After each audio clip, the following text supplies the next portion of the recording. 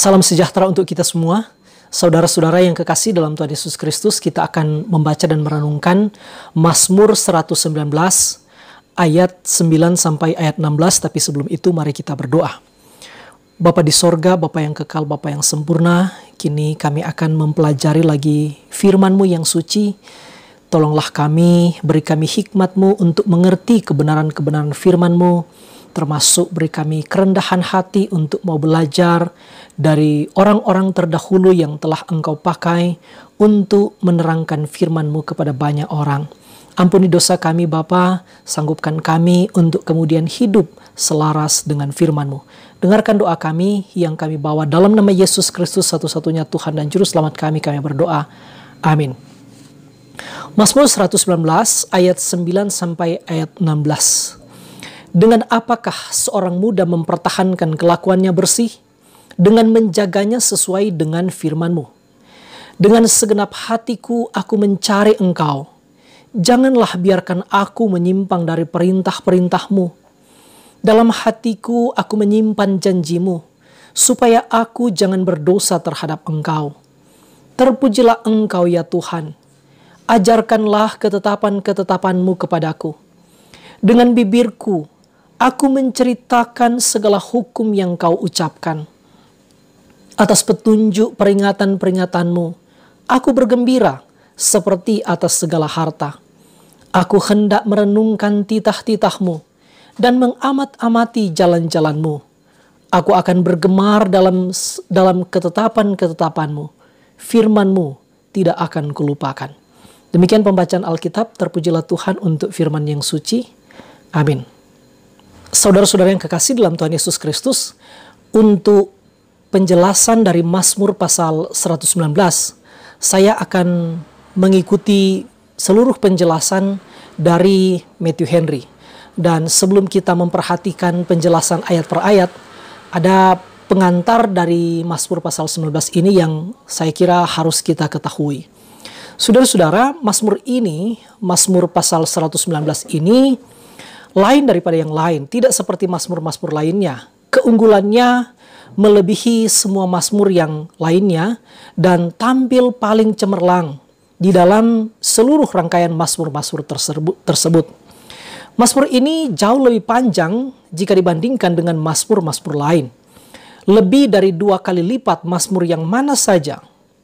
Walaupun demikian, ini bukan Mazmur-Mazmur atau doa panjang yang dikecam Kristus. Doa atau Mazmur yang dibuat-buatlah yang dikecamnya. Karena itu, doa itu sendiri sebenarnya pada dasarnya baik dan pantas dipuji. Bagi saya, ini bagi Matthew Henry maksudnya, tampaknya Mazmur ini merupakan kumpulan seruan kesalehan dan kesungguhan Daud. Nafas-nafas pendek dan mendadak saat jiwanya terangkat ke hadirat Allah, ia tuangkan dalam bentuk tulisan saat semua itu terjadi dan pada masa akhir hidupnya. Semuanya ia kumpulkan dari buku hariannya yang tercecer, ditambahkan dengan banyak kata, dan diramu menjadi Mazmur ini. Karena itu, jarang kita lihat ada kaitan erat di antara ayat-ayat. Sehingga, seperti Amsal Salomo, Mazmur ini dapat diibaratkan seperti sekotak perbendaharaan yang berisi banyak cincin emas, bukan seuntai mata rantai emas. Janganlah kita hanya belajar melalui contoh-contoh yang diberikan oleh sang pemazmur untuk membiasakan diri dengan seruan-seruan kesalehan seperti itu. Seruan yang dapat menjadi sarana istimewa untuk memelihara persekutuan yang berkelanjutan dengan Allah, serta menjaga hati tetap memenuhi syarat untuk menjalankan kewajiban keagamaan kita dengan penuh kesungguhan. Lebih dari itu, kita juga harus benar-benar memanfaatkan kata-kata pemazmur ini baik untuk menggairahkan diri maupun untuk mengungkapkan kesungguhan kasih kita. Apa yang dikatakan sejumlah orang mengenai Mazmur ini memang benar. Pertama, orang yang membaca Mazmur ini dengan cermat akan merasa bergairah atau sebaliknya merasa malu. Susunan Mazmur ini sangat khas dan sangat cermat. Mazmur ini dibagi menjadi 22 bagian sesuai jumlah huruf dalam abjad bahasa Ibrani. Dan masing-masing bagian terdiri atas 8 ayat. Semua ayat pada bagian pertama dimulai dengan huruf alef. Huruf alef itu huruf pertama dalam abjad Ibrani. Semua ayat pada bagian kedua dimulai dengan huruf bet dan seterusnya. Semuanya dilakukan tanpa cacat dalam keseluruhan kitab ini. Uskup Agung Tillotson dari Inggris pada abad ke-17 berkomentar bahwa tampaknya terdapat lebih banyak kemahiran menggubah puisi dan bilangan di dalam Mazmur ini daripada yang dapat kita pahami dengan mudah dari jarak waktu yang jauh ini. Sebagian orang menamakan Mazmur ini sebagai abjad orang-orang kudus. Dari situ diharapkan supaya kita dapat lebih mudah mengingat-ingat sama seperti mengingat abjad ABC kita sendiri. Mungkin penulis Mazmur ini merasa sangat terbantu dengan menggunakan cara ini. Karena dengan begitu ia harus berusaha mencari bahan pemikiran dan kemudian menelitinya supaya dapat memenuhi jatah setiap bagian. Begitu juga dengan huruf pertama yang harus digunakan pada setiap ayat. Dapat membawanya pada sebuah kata yang akan membentuk sebuah kalimat yang indah. Semua itu cukup untuk membangkitkan segala sesuatu yang baik dalam tanah hati kita yang gersang. Bagaimanapun juga, cara ini sangat berguna bagi orang yang sedang belajar dan memungkinkan mereka dapat menghafal dengan lebih mudah serta mengingatnya kembali pada saat diperlukan. Melalui huruf yang membentuk kata pertama, mereka dapat meneruskan menyusun sebuah ayat yang lengkap. Dengan demikian, orang-orang muda akan lebih mudah belajar menghafal dan menyimpannya dalam ingatan, bahkan sampai masa tua mereka. Ada juga pihak-pihak yang merasa keberatan dengan cara ini, karena dianggap terlampau kekanak-kanakan dan tidak bersungguh-sungguh. Dan ini bisa terjadi karena seni akrostik atau seni mengubah puisi atau teka-teki silang dengan menggunakan huruf tertentu yang sama dalam setiap baris untuk membentuk sebuah kata. Sekarang sudah dianggap ketinggalan zaman.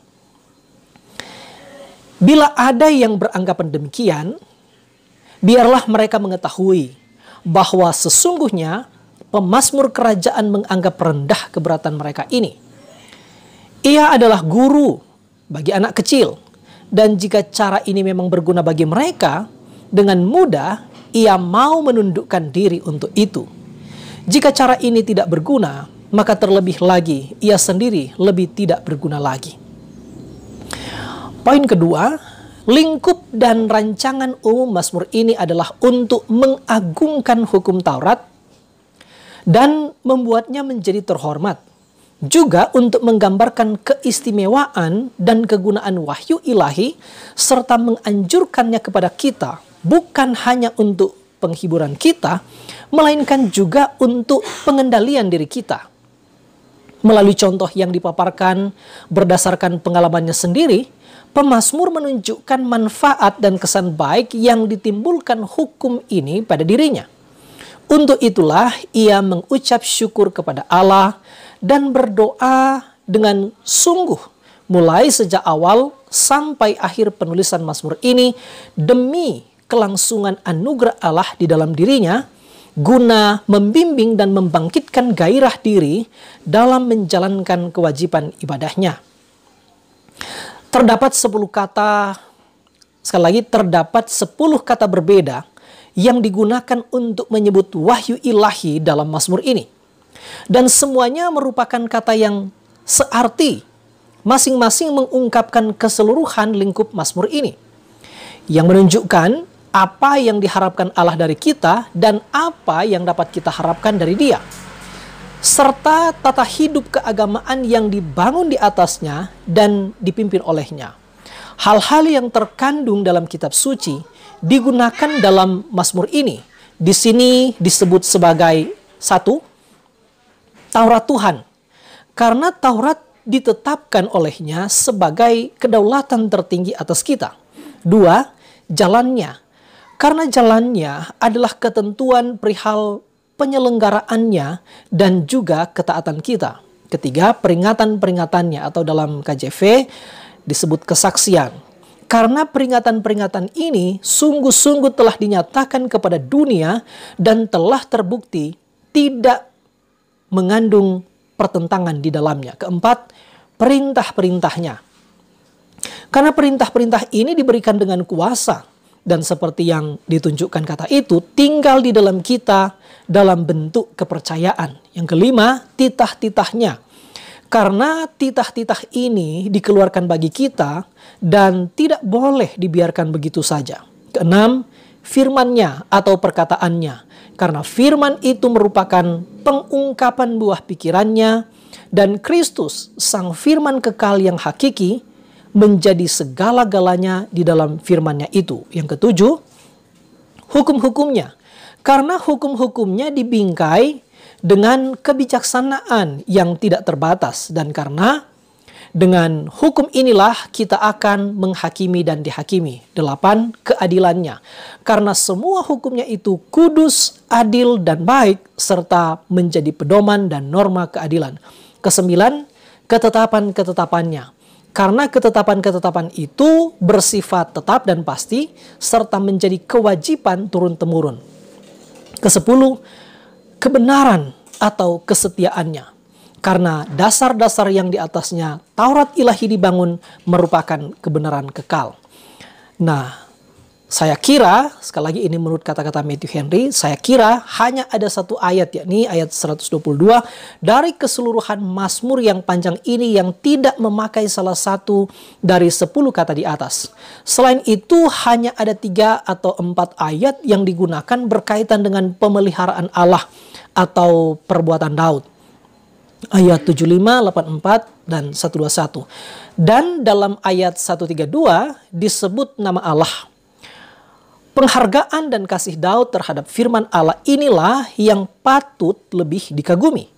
Mengingat betapa sedikitnya firman tertulis yang dimilikinya pada masa itu dibandingkan dengan yang sekarang kita miliki. Firman Allah yang tertulis pertama kali mungkin hanyalah kitab-kitab Musa yang baru merupakan fajar dari keseluruhan wahyu Allah. Kenyataan ini seharusnya membuat kita merasa malu karena sekarang kita boleh menikmati sepenuhnya penyingkapan wahyu ilahi yang lengkap. Tetapi kita justru bersikap begitu dingin terhadap firman tersebut. Dalam menyanyikan Mazmur ini, ada hal yang perlu dilakukan oleh jiwa yang telah dikuduskan, yaitu harus mengungkapkannya dengan kasih kesalehan yang melimpah dan beragam. Di dalam Mazmur ini, kita mendapati bahwa kita harus memberikan kemuliaan bagi Allah, baik sebagai penguasa maupun sebagai penolong agung kita. Di dalamnya kita dapat mengajar dan mendidik diri sendiri dan juga saling mengajar satu sama lain. Begitu banyak didikan dan teguran yang kita temukan di sini perihal kehidupan yang saleh. Di dalamnya kita juga dapat menghibur dan mendorong diri sendiri dan orang lain. Karena ada begitu banyak pengalaman manis dari seseorang yang telah menjalani kehidupan seperti itu. Inilah petunjuk yang sesuai untuk digunakan pada setiap perkara orang Kristen. Adakah yang menderita? Adakah yang bersuka cita?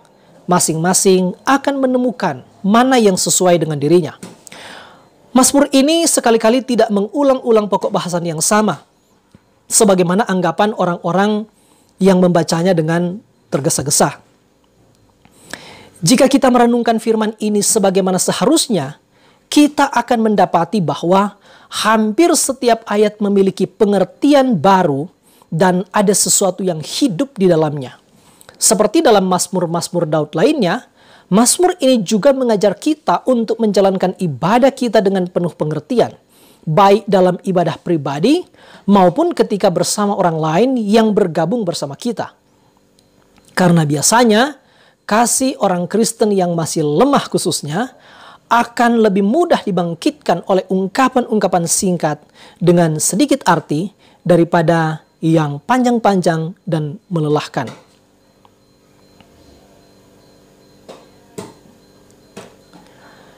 Nah, saudara-saudara yang kasih dalam Tuhan Yesus Kristus, sekarang kita akan memperhatikan ayat demi ayat dalam Mazmur pasal 119 ayat 19 sampai 16. Yang pertama ayat 9.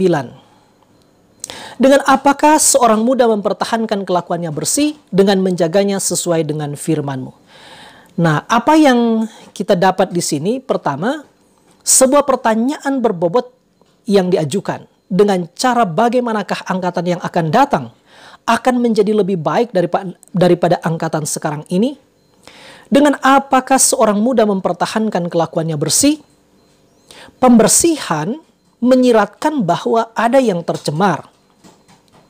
Di samping kebusukan atau kecemaran asali yang kita bawa ke dunia ini bersamaan dengan kelahiran kita, yang darinya kita belum dibersihkan sampai hari ini, ada banyak dosa khusus yang menguasai orang-orang muda yang dapat mencemari jalan mereka, yakni nafsu orang muda, sebagaimana dalam 2 Timotius 2:22. Dosa-dosa ini akan menyakiti hati Allah dan mempermalukan diri mereka sendiri. Orang-orang muda perlu membersihkan kelakuan mereka supaya hati mereka diperbarui dan kehidupan mereka diubahkan kembali sepenuhnya, dijadikan bersih dan tetap bersih, serta luput dari hawa nafsu duniawi yang membinasakan dunia, supaya mereka memiliki hati nurani yang murni dan nama yang baik. Hanya sedikit orang muda yang mau bertanya kepada diri sendiri, dengan cara bagaimanakah mereka dapat memulihkan dan menjaga kesucian mereka? Itulah sebabnya Daud mengajukan pertanyaan itu kepada mereka. 2. Sebuah jawaban memuaskan diberikan atas pertanyaan ini. Orang-orang muda akan berhasil mempertahankan kelakuan mereka bersih dengan menjaganya sesuai dengan firman Allah. Kehormatan firman Allah itulah yang membuat firman itu memiliki kuasa seperti itu dan dapat memberi manfaat bagi orang per orang dan masyarakat yang kebahagiaannya banyak ditentukan oleh kelakuan orang-orang muda mereka. Orang-orang muda harus menjadikan firman Allah sebagai pedoman mereka, mengakrabkan diri dengannya, dan berusaha hidup sesuai dengan firman itu. Firman itu mampu membersihkan hati orang muda dengan lebih baik daripada hukum-hukum para penguasa atau ajaran-ajaran moral para ahli filsafat. Mereka harus menjalankan pedoman itu dengan cermat dan memetik manfaat dari situ. Mereka harus menaruh perhatian kepada jalan mereka, harus mengujinya dengan firman Allah sebagai batu sentuhan dan norma. Harus memperbaiki yang tidak sesuai dan mengarahkannya sesuai dengan peta dan pedoman itu. Firman Allah tidak akan bekerja tanpa kecermatan kita dan perhatian kita terus-menerus pada firman itu dan jalan kita, supaya kita dapat membandingkan keduanya bersama-sama. Kehancuran orang muda dapat disebabkan oleh hidup bebas, atau tanpa aturan sama sekali, atau karena memilih pedoman yang salah. Biarlah mereka menempuh jalan yang rata dan berjalan menurut aturan-aturan kitab suci, sehingga jalan mereka akan bersih, dan mereka akan memiliki penghiburan serta kehormatan di dunia ini dan sampai selama-lamanya. Kemudian ayat 10. Dengan segenap hatiku aku mencari Engkau.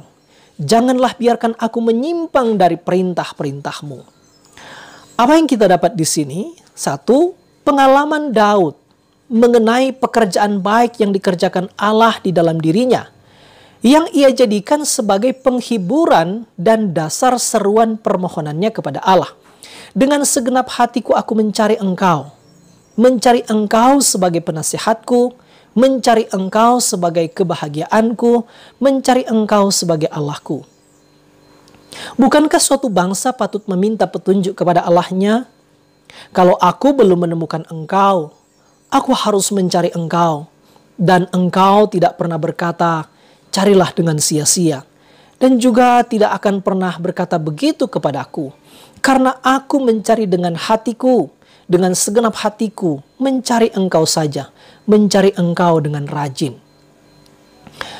Kedua, doanya bagi perlindungan atas pekerjaan itu. Engkau yang mencondongkan hatiku untuk mencari titah-titahmu tidak pernah membiarkan aku menyimpang darinya. Orang yang baik akan peka terhadap kecenderungan mereka untuk menyimpang dari titah-titah Allah. Semakin kita menemukan kesenangan dalam memegang perintah-perintah Allah, semakin takut kita menyimpang darinya.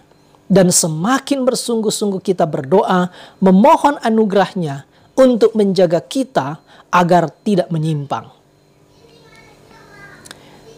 Kemudian ayat 11, dalam hatiku aku menyimpan janjimu, supaya aku jangan berdosa terhadap engkau. Apa yang bisa kita temukan di sini, saudara-saudara? Yang pertama, bagaimana Daud menerapkan firman Allah bagi dirinya dengan baik. Ia menyimpan janji Allah di dalam hatinya, menempatkannya di sana, supaya selalu siap untuk digunakan kalau ia memerlukannya. Ia menyimpannya sebagai sesuatu yang sangat dihargainya, sangat diperhatikannya, hingga ia merasa takut kehilangan atau khawatir ada yang mencurinya. Firman Allah adalah harta yang sangat berharga untuk disimpan, dan tidak ada tempat yang paling aman untuk disimpan selain di dalam hati kita. Jika kita menyimpannya di dalam rumah atau dalam genggaman tangan kita, musuh akan merampasnya dari kita. Kalau kita hanya menyimpannya dalam otak kita, ingatan kita akan mengecewakan. Sebaliknya, jika hati kita menyediakan tempat baginya dan kesan-kesannya tetap tinggal dalam jiwa kita, maka amanlah harta itu. Kedua, maksud hati yang ia rencanakan atas firman itu, supaya aku jangan berdosa terhadap engkau. Orang benar akan takut berbuat dosa dan berusaha keras untuk mencegahnya. Dan cara terbaik untuk mencegah adalah dengan menyimpan firman Allah itu di dalam hati kita. Dengan begitu, kita dapat menjawab setiap pencobaan, sama seperti yang dilakukan guru kita, yakni Yesus Kristus, dengan mengucapkan, ada tertulis, biarlah titah-titahnya melawan kuasa dosa, janji-janjinya melemahkan daya tariknya, dan hardikannya menghapus bahayanya. Kemudian ayat 12, terpujilah engkau ya Tuhan, ajarkanlah ketetapan-ketetapanmu kepadaku. Apa yang kita dapat di sini? Pertama, Daud mempermuliakan Allah. Terpujilah engkau ya Tuhan. Engkau yang sangat berbahagia di dalam dirimu sendiri dan sama sekali tidak membutuhkan aku atau pelayananku. Namun engkau berkenan menerima pujian ini sebagai penghormatan bagimu. Karena itu tolonglah aku dan terimalah aku. Kita harus menggabungkan semua doa-doa kita dengan puji-pujian. Yang kedua, ia memohon anugerah dari Allah. Ajarkanlah ketetapan-ketetapanmu kepadaku, supaya aku mengetahuinya dan melakukannya dalam segala perkara. Engkau adalah sumber semua kebahagiaan. Oh, biarkan aku dapatkan setetes dari sumber itu, berkat yang berasal dari kebahagiaan itu. Ajarkanlah ketetapan-ketetapanmu kepadaku, supaya aku tahu bagaimana memuji engkau, Allah yang penuh segala berkat, supaya aku berbahagia di dalam engkau. Kemudian kita membaca ayat 13-16. Dengan bibirku aku menceritakan segala hukum yang kau ucapkan. Atas petunjuk peringatan-peringatanmu aku bergembira seperti atas segala harta. Aku hendak merenungkan titah-titahmu dan mengamat-amati jalan-jalanmu. Aku akan bergemar dalam ketetapan-ketetapanmu. Firmanmu tidak akan kulupakan. Nah, saudara-saudara yang kekasih dalam Tuhan Yesus Kristus, apa yang kita peroleh dari bagian ini? Pertama, dengan penuh sukacita, Daud melihat ke belakang akan penghormatan yang ia berikan kepada Allah. Ia memiliki kesaksian hati nuraninya terhadap dia. Satu, bahwa ia telah membangun orang lain dengan apa yang diajarkan oleh firman Allah kepadanya. Ayat 13. Dengan bibirku aku menceritakan segala hukum yang kau ucapkan. Inilah yang ia lakukan. bukan hanya sebagai raja yang mengeluarkan perintah dan memberikan keputusan hukum sesuai dengan firman Allah, atau sebagai nabi melalui mazmur-mazmurnya, melainkan juga dalam semua tingkah lakunya sehari-hari.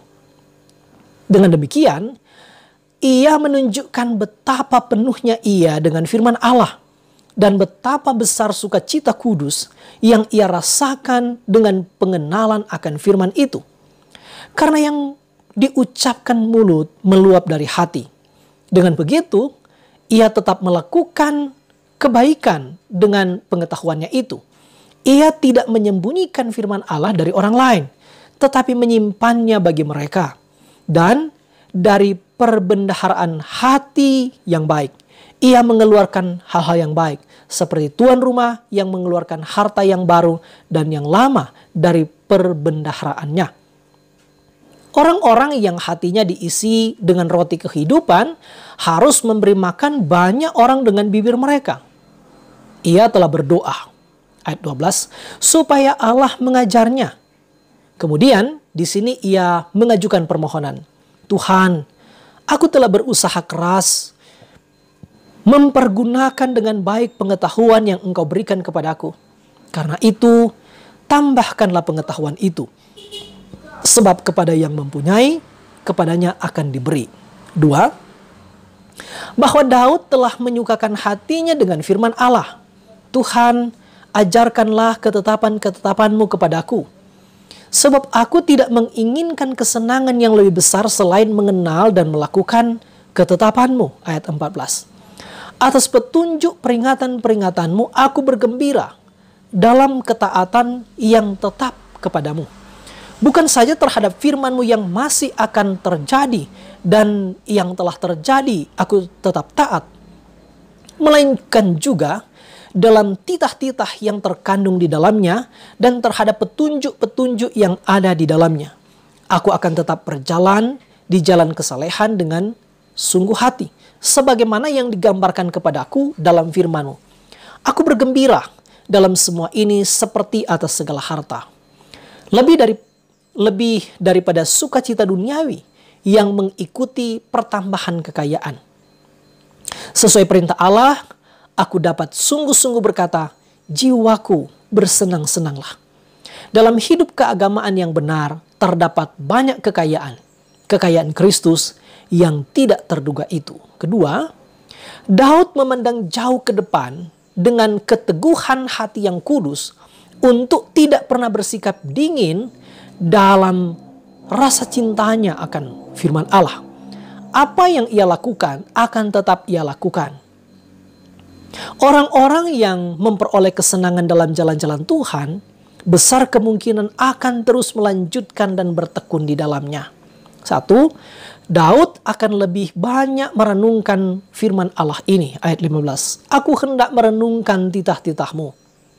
Ia tidak hanya menceritakan segala hukum ini kepada orang lain. Banyak orang melakukan hal itu hanya untuk memamerkan pengetahuan dan kekuasaan mereka.